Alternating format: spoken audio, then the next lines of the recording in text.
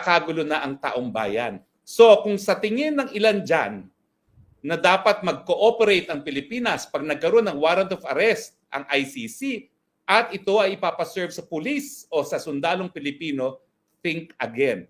Talaga pong magkakagulo. Mukhang posible na talaga na huhulihin si dating Pangulong Duterte, no? Pero ayon kay Attorney Harry Roque, talagang agree po tayo dyan na malaking kaguluhan talaga ang mangyayari. Sa dami ba naman ng taga-suporta at nagmamahal kay dating Pangulong Duterte at dyan pa sa Davao, dyan isi-serve yung, paano nila i-serve yung warrant of arrest kay PRRD? At tapos ibang lahi pa. Mga puti pa ang pupunta dyan at isi-serve yung warrant of arrest. Paano sila makakapasok dyan? Makakapasok sila. Paano sila makakalabas? Malaking gulo yan. Diba? Dyan pa lang sa lugar na yan, sa Mindanao. Eh paano naman yun sa ibang mga lugar na maraming sumusuporta, nagmamahal kay PRRD? Nako. Yan ang sinasabing malaking kaguluhan. Nako, malaking kaguluhan talaga. Pero posible na sabi lang yan, pananakot lang para manahimik si dating Pangulong Duterte. Pero ito, panoorin natin yung buong paliwanag tungkol dyan ni Attorney Harry Roque. Ito yung video. So lahat po ng sinasabi ko ay meron po akong multiple sources. No? At dahil ako naman yung naging spokesperson, siguro naman kapanipaniwala yung mga pinakikinggan kong mga sources. Bagamat, hindi talaga po pwede isiwalat ang kanilang mga identities dahil masusunog naman sila. Lalo na yung mga nasa session ng gobyerno. So, ang nagkakagulo na po ay yung nabanggit ko na posibilidad na baka maaresto ang ating Pangulo Duterte. Anong reaksyon ng tao? Nagkakagulo na. Walang tigil ang aking telepono. Anong gusto nyong gawin namin? Magpi-people power na ba tayo? Ako naman po, huminahin po tayong lahat ha, kasi hindi pa naman po nangyayari. Pag nangyari po yan, asahan nyo po, ako'y mag-i-spokes-hour at ako mananawagan para sa mga Pilipino na manindigan. Kulang po kayo. Now, bukod dun sa aking tatlong sources, bakit pa kayo maghahanap ng source? Nagsalita na yung complainant labang kay Pangulo Duterte, si dating Senador Trillanes. Anong sabi niya? Tapos na ang investigasyon, ang susunod na lalabas na ang warrant of arrest. Di ba sinabi niya yan? Confidential ang proceedings ng ICC, pero hindi nila po pwede baliwalain ang mga complainants. Meron nga section sa ICC para dun sa mga victims, no? Progressive dahil nga they respond to the victims, no? Meron talaga opisina that takes care of yung victims, no?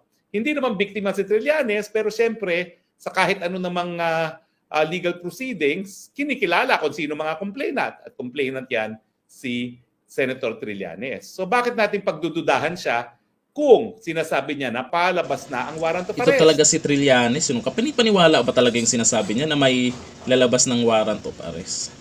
Di ba? Pwedeng maniwala tayo kasi sila po yung nagreklamo. Si Trillanes na ang sabi, tapos na raw yung investigasyon at warrant of arrest na lang hinihintay. Pero ito po hindi malinaw kung ang warrant of arrest ay galing sa ICC o galing dito sa Pilipinas. Bakit? Ay nasa dyaryo ngayon yung mag-amang Romualdo na Camiguin nagsasabi na yung sinabi daw ni Presidente na dapat maghiwalay ang Mindanao secession.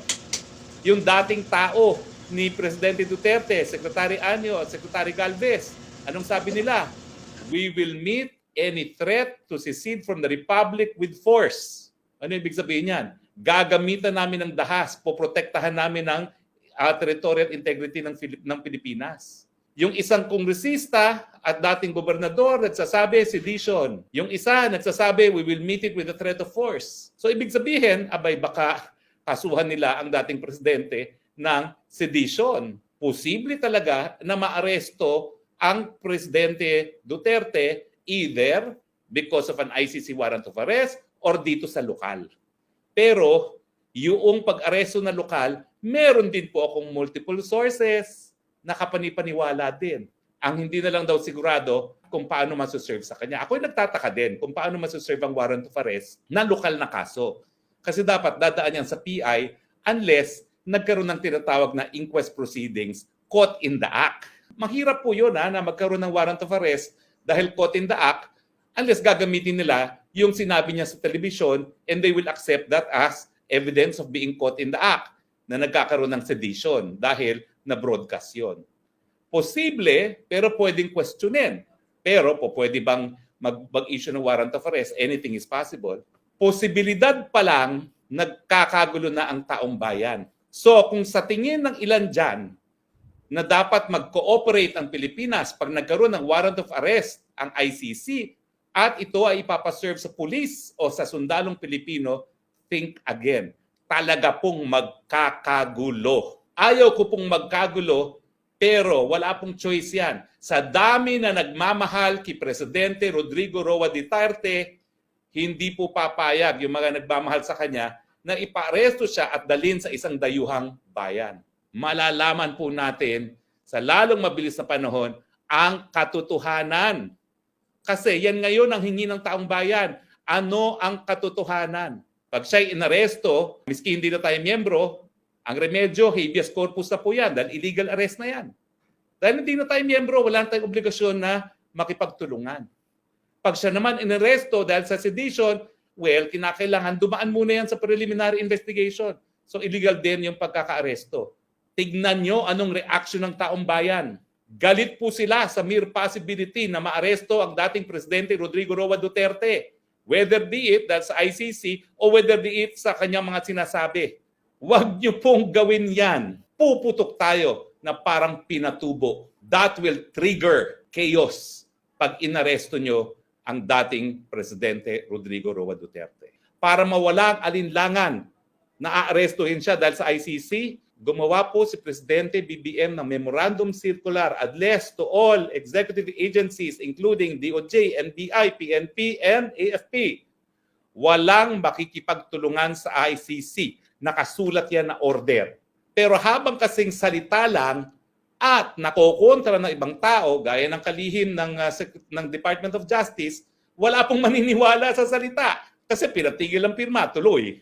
Diba ho? Hindi daw kailangan ng amendments ng economic provisions, tuloy pa rin. Ano nangyari? Akala nila may kasunduan na sila. Ayun, gera na naman ang Senado at ang Kamara de Representante. Parang wala pong ibig sabihin ng salita sa bayang ito. Dapat isulat dahil pati ang husgado will be guided kung anong nakasulat. Yan po ang dahilan. Kaya kapag ikaw nag-file ng certiorari, kinakailangan may certified true copy. Ay, nako. Hindi talaga titigilan yan si PRRD dahil may mga binisto at may mga galit talaga dyan.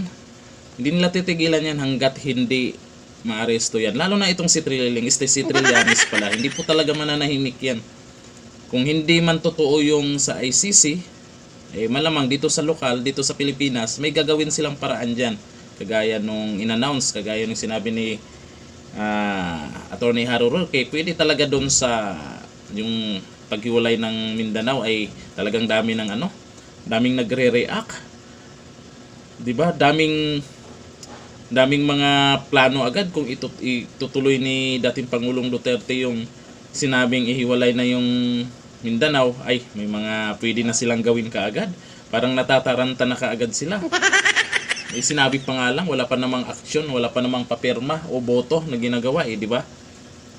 Dito naman ang hinihintay kasi natin dito, itong sa ICC. Baka naman abutin na tayo ng 2025, naghihintay pa rin tayo diyan sa ICC, no? Mas maganda, malaman na kaagad kung mayroon ba talaga o wala. Or pananakot lamang para manahimik si PRRD. Posible kasi na ganun ginagawa nila ngayon. Kasi alam nyo naman, talagang nagsasalita po si Digong. Ito yung paraan nila para manahimik at kabahan. Ito din si Atty. Harry Roque, medyo nakakaramdam na rin kasi may mga ginawa action na nga dyan sa Davao. May mga binuwag na nga dyan na grupo.